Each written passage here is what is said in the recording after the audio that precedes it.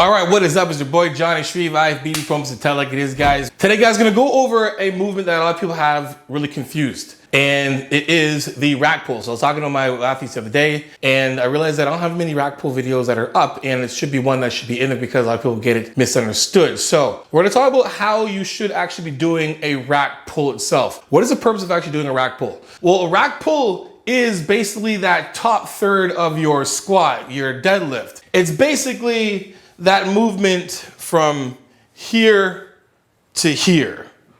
How we actually make this movement a back exercise is keeping the lats in an isometric hold the entire time. So I've seen a lot of people do rack pulls, and when they do a rack pull, you get the people that just ride the bar up the thighs and then squeeze their shoulders back with crazy hyperextension.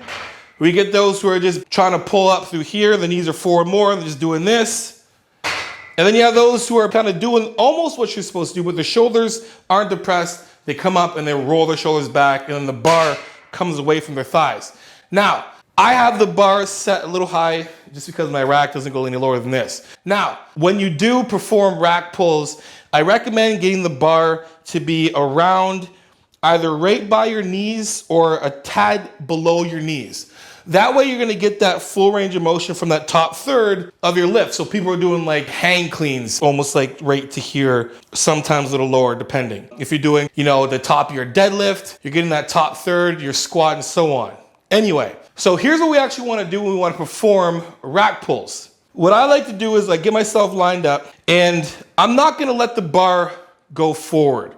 Meaning when I set myself down, most of the time people will move their shins or the knees forward, and it'll push the bar away, and then you're losing that bar pathway. What we want to do is have the bar right on our thighs.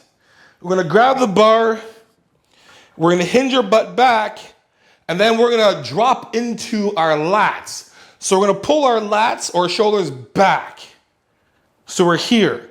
So my lats are engaged already. Now they're not going to move. I want to keep my lats engaged in an isometric hold the entire way, while my hips just come forward.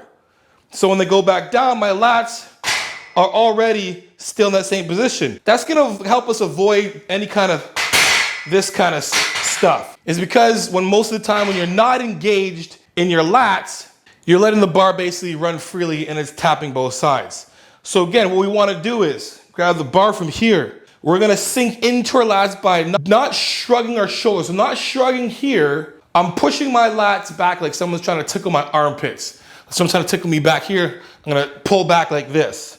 From here, fists are gonna be looking basically at the floor, head down, and then I'm gonna pull my hips forward while my lats stay engaged, keep my spine neutral the entire time, and back down. You can see how I have the perfect landing on the way down, up, and down, up. So basically my hips are coming forward, so we're gonna go up here, and then hip flexion, hips gonna go back while the bar stays on that same midline the entire way and stays that same bar pathway. So we avoid having the bar out here and then trying to pull the weight in.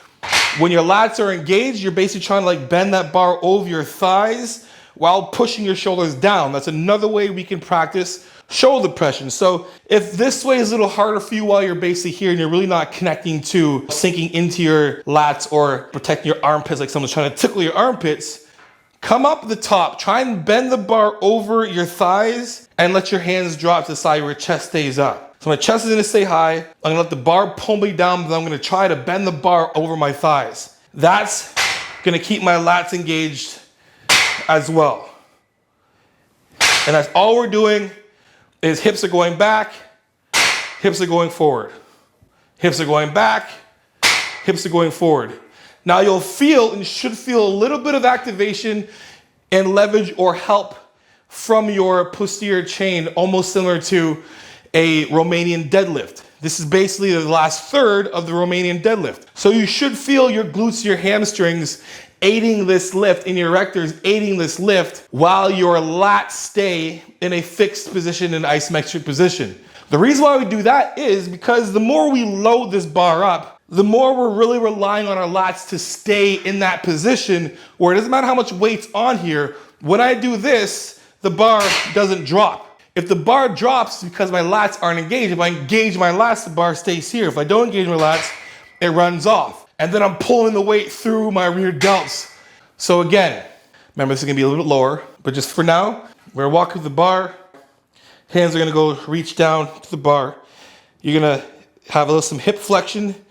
Gonna go back, and then we're gonna protect the armpits like someone's trying to tickle our armpits, pulling our shoulders down, not up, pulling them down from here.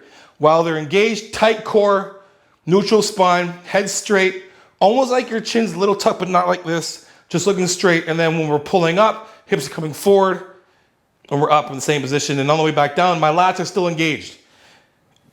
And back down, up, and back down, up, and back down.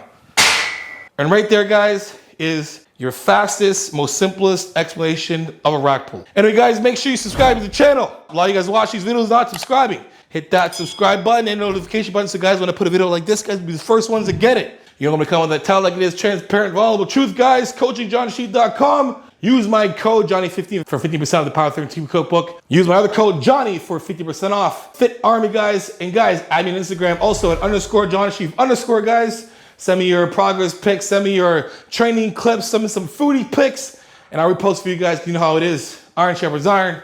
Progressive overload your life. In the meantime, keep dream chasing. Peace. Welcome back to an episode. Welcome back to an episode. In the meantime,